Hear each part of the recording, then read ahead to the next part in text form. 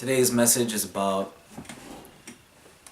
finding a decent partner in life, finding a decent boyfriend or girlfriend. It seems that we have such a messed up idea of what a boyfriend or a girlfriend is or should be. So let's talk about the things, and I'll use some of my experiences as an example to find out whether or not the person you plan on dating or are dating is such a good idea, and why you feel that way, why that's somebody you desire, and how that might say something about you. So obviously our idea of what is beautiful is strongly influenced by media. So, music videos, movies, commercials, TV shows. And I feel like this is leading so many people astray. And we end up with the exact wrong kind of person that will help us get ahead in life. Let's talk about some of the key things to look for. Some of the red flags when interacting with the opposite sex. The first thing I want to talk about is image. The first thing we see, obviously, when we meet somebody is their appearance, right? How they look. What does their hair look like? What does their face look like? What body shape are they? Body type? How do they present themselves physically? How do they dress and wear? Do they have any accessories? All these things can say so much about a person. Let's start with tattoos. Why is it that so many people that I've met with tattoos are so messed up in the head? They might seem like normal people up front, they might even seem cool, but when you dig into their past, when you look at a lot of people with tattoos, or any other body modifications for that matter, they've got some traumatic childhood experiences. So when I say accessories, I'm also meaning body piercings, nose rings, eyebrow rings, excessive makeup or jewelry. What is it about this person that feels like they need to do so much to their own image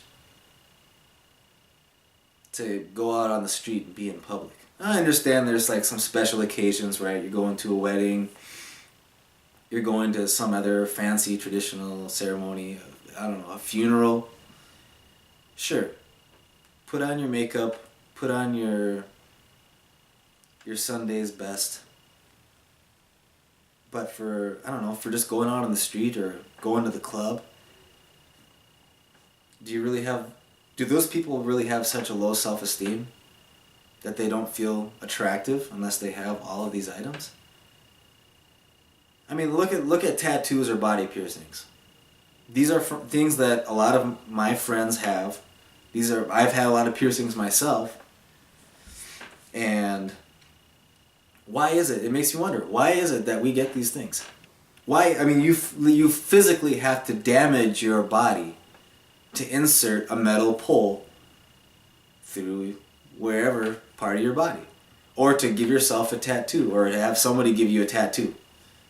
You're sticking a needle in your skin over and over again to have permanent dye injected into your skin. Isn't this like some self-sacrificing, destructive behavior once you step back and take a look at it? Your body is the best thing you have in this world. Wouldn't you want to take care of it to the best of your ability if you cared about yourself? Look at the way people eat, or the way people maintain themselves physically or mentally. So many people don't know how to take care of themselves when it comes to basic diet and exercise. People would rather use the elevator than the stairs. People would rather go and get fast food than eat things like bananas and kale and potatoes, carrots, broccoli. If a person doesn't know how to take care of themselves mentally or physically, how can they take care of anybody else? Can you expect these kinds of people to take care of you or your children if you had children with this person? If you're willing to have children with a person like this, do you really care about the outcome of your children and the kind of person they might be by growing up with a mother that lives this way, or a father?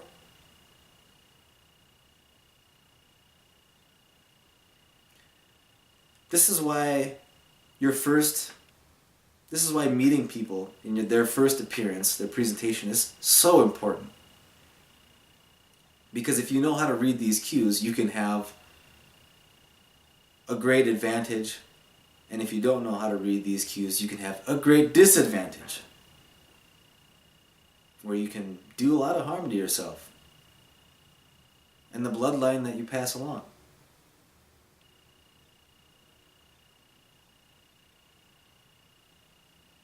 It's more important to look for women that are secure with how they look, and happy, and confident.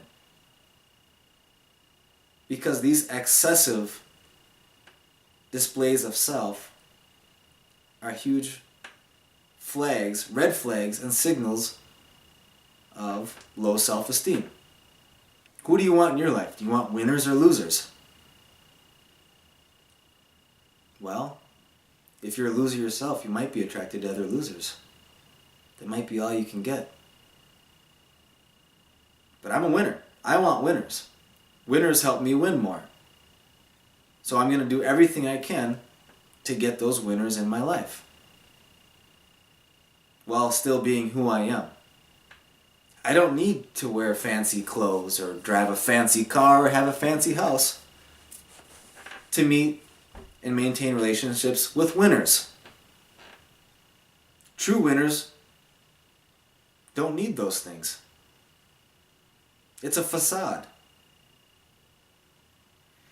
I had a friend that couldn't go out in public unless his hair was completely done and he bought a really, really expensive car. Don't know how he's going to pay for it. Had the nicest alcohol available to him, in which he would offer to certain people that he tried to become friends with and build a relationship with. And he seemed like a really nice, virtuous person up front. But when you really got to know him, you learned about his dark side and about his demons and how much of a jerk this person was.